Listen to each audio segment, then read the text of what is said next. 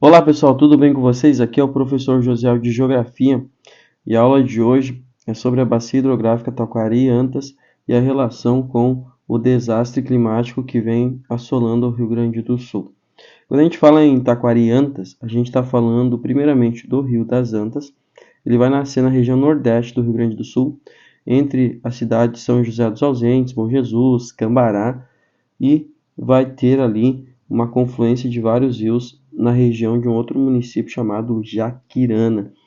Então, a primeira coisa que a gente tem que caracterizar o Rio das Antas é o seu terreno.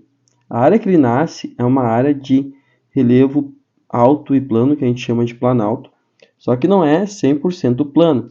Esse planalto do Rio Grande do Sul tem várias elevações, vários desníveis e é recortado muito pelos tais dos cânions. Então, o Rio das Antas ele já está num terreno elevado. A gente já tem que ter uma ideia do que essa elevação vai acelerar as águas deste rio. Além disso, o que também acelera são os desníveis, porque o Rio das Antas ele vai primeiramente no sentido oeste e em direção a áreas que terão uma altitude menos elevada. Então, à medida que ele vai avançando, ele vai passando por desníveis, e esses desníveis vão fazer com que as suas águas acelerem. Então, a gente já sabe, o Rio das Antas tem velocidade elevada de suas águas por causa dos desníveis, por causa da altitude, e começa a acontecer o que? Ele começa então a receber águas de vários afluentes aqui nessa região. Como assim vários afluentes? Afluentes são cursos de água que acabam indo para um rio maior, ok? Outro detalhe importante sobre o Rio das Antas que a gente pode percebendo, que no leito ele está ali numa região bem profunda, só que quando eu olho para as margens eu vejo terrenos íngremes. O que significa isso? Chove bastante e o solo encharca.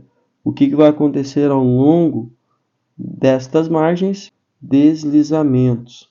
No caso aqui, desliza o solo e a vegetação vai junto. Aqui a gente chega numa parte bem legal do Rio das Antas, que é a confluência com o Rio Camisas.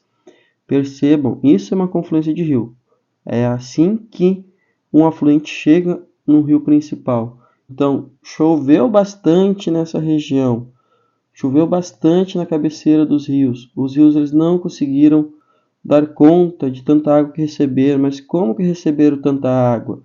A chuva, a rocha que não absorveu, e o rio, ao longo do seu caminho, ele foi literalmente recebendo água dos seus afluentes. Aqui a gente chega numa das coisas mais presentes ao longo do leito do Rio das Antas, que são as barragens.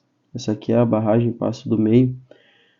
Lembram lá que eu disse que os desníveis e a altitude aceleram a força da água? Pois bem, então o Rio das Antas ele é represado, ou seja, eu tenho várias represas ao longo do leito dele. Por que eu tenho essas represas? Porque com a força da água e a velocidade dela, eu gero energia hidrelétrica, ou seja, eu gero energia elétrica a partir da força das águas. Nessa parte aqui do Rio das Antas, a gente consegue perceber outros detalhes importantes. O uso do terreno. Percebam que nessa parte inicial da aula, a gente está vendo o Rio das Antas passando por um terreno mais íngreme e com pouca presença humana. O que nós vamos ter principalmente é nas regiões mais planas do relevo, à medida que a gente sobe ele, a prática da agropecuária e principalmente também a plantação de pinos, ou seja, a prática da silvicultura. Detalhe importante, esses terrenos acidentados, esses precipícios que a gente diz, esses desníveis, é o próprio rio que foi fazendo ali com seu poder de intemperismo, de destruição das rochas. E ao longo de milhões de anos, se a gente for olhar o leito desses rios, tá lá vários pedaços de rochas soltas. O próprio rio fez essa atividade. Essa parte do Rio das Antas, ele está chegando quase no ponto que ele vai rumar para o sul e continua o relevo acidentado. E a gente já consegue perceber uma maior ocupação do espaço, com pequenas comunidades. Então, o Rio das Antas, à medida que ele vai indo para o extremo oeste do caminho dele e depois rumando para o sul, a gente consegue perceber um aumento da população vivendo às suas margens. Perto da região de Santa Bárbara, o Rio Carreiro vai chegar no Rio das Antas e ele vai mudar de nome. Então ele passa a ser o Rio Taquari. A gente vai olhar aqui agora nessa visão do mapa. Percebam que o Rio das Antas, quando vira o Rio Taquari, ele começa a rumar em direção ao sul. O detalhe agora, vocês têm que comparar o rio, o relevo e a ocupação do espaço. A gente vai perceber um detalhe bem importante. As pessoas elas estão perto do rio. As cidades elas estão perto do rio. Vamos tentar entender a influência do relevo sobre isso. Chegamos em Santa Teresa. Santa Teresa, se vocês observarem, está localizado às margens de um afluente do rio Taquari, numa região mais baixa e plana. Veja ao redor, nós temos um relevo acidentado. É o primeiro município que a gente vê esse detalhe.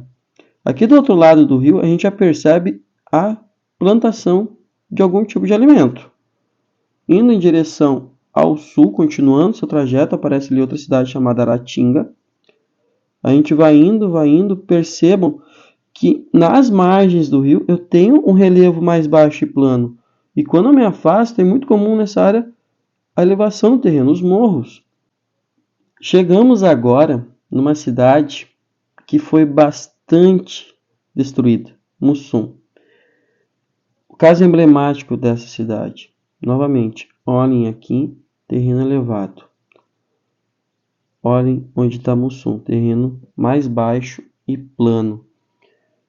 Olha para o outro lado, terreno acidentado e mais elevado. Aqui em cima está plano. A ideia seria provavelmente colocar Mussum nessa área. Talvez sim, talvez não. O fato é que o município de Mussum está numa área baixa e plana. Depois de Mussum, pessoal, a gente vai se aproximando de uma cidade maior chamada Encantado. Percebam que a cidade, a maior parte dela está na área mais plana e próxima ao rio. Então, um grande problema desses locais, quando a gente pensa no alagamento, a gente já viu Mussum, Encantado, a próxima aqui, Roca Salles, também muito destruídas, é que é aquela matemática. Eu tenho um rio que vai me fornecer água, que vai me fornecer recursos, eu vou ter junto uma população que vai precisar de um lugar para morar, e eu vou ter o relevo, onde eu tenho partes que ele é mais baixo e plano e outras partes ele é mais acidentado.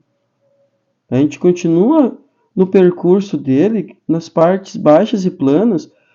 Quando não tem as cidades, a gente tem basicamente produção agrícola, criação de animais também, a pecuária.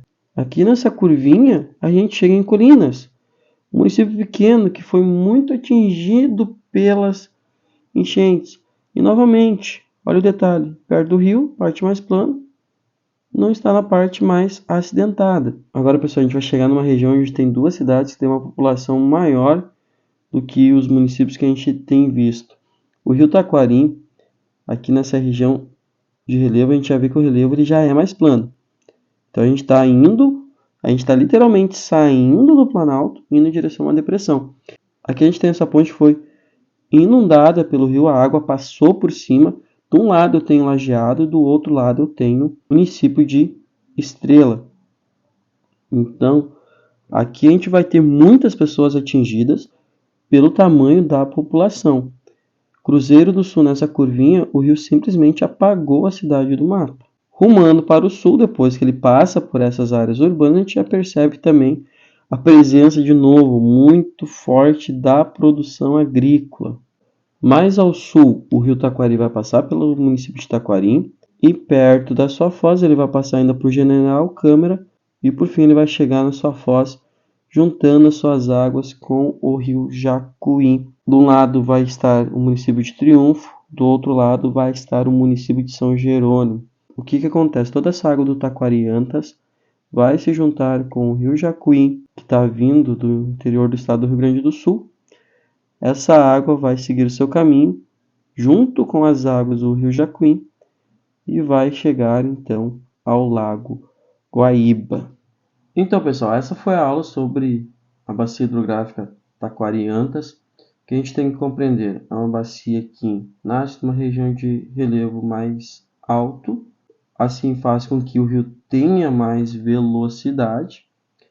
Essa velocidade é muito utilizada para a geração de energia hidrelétrica. O rio, à medida que ele foi avançando em direção ao oeste, posteriormente ao sul, o que aconteceu? Ele foi recebendo muita água dos seus afluentes. E também, outro detalhe que a gente não pode deixar passar, que essa questão do relevo muito acidentado faz com que muitos municípios estejam localizados nas partes mais baixas e planas. Essas partes estão justamente ao longo das margens desse rio. Por coincidência ou não, esses municípios estão ao longo das margens desse rio. Então, muitas cidades foram afetadas. Por quê? Porque estão literalmente junto com o rio. Mas por que elas estão lá? Vocês viram no vídeo. Tem muito relevo acidentado que dificulta a ocupação humana. Certo, galera? Um forte abraço, curte aí e até a próxima aula.